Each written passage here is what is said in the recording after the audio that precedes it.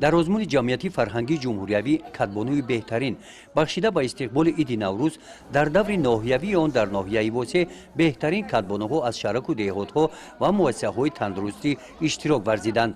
به هوای سر نگاه نکرده اشتراکچیان با دل گرم و مهری به اندازه نسبت به فرهنگ ملی گرامی داشت ارزش‌های معنوی نیاگانمون در این چاره‌بینی محصولات‌های نانی، نان و کلچه‌های خاص ملی، خورش‌ها و تام‌های گوناگون ملی از قبیل قروتاب، شکراب، فطیرمسکه با طرح نو تیار کرده شده را پیشنهاد گردانیدند. هر یک اشتراکچی چاره‌بینی کوشش می‌کرد که خانه آراسته او با نان و تاب‌های ملی مقبول همگان گردد.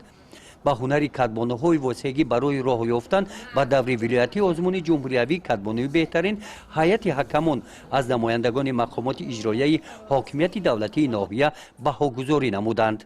مقصد برگزاری چاره‌بینی‌های جمعیتی و فرهنگی سهمگذاری در کمالات معنوی نسل جوان و جامعه، بلند برداشتن احساس وطن‌دوستی و خویشتن‌شناسی، معرفی صنعت و هنری والای خلق تاجیک می‌باشد. نتیجه آزمون معین گردید. غالب دوری ناحیوی آزمون کدبانوی بهترین برای جای اول شهرک هولبوک و جای دوم مؤسسه دولتی کمک اولیه طبی سانیتری ناحیه و جای سوم دهات توگرک از نام مقامات اجرایی حاکمیت دولتی ناحیه واسه با سپاسنامه‌ها و مکافات‌های مالی سرفراز گردانیده شدند.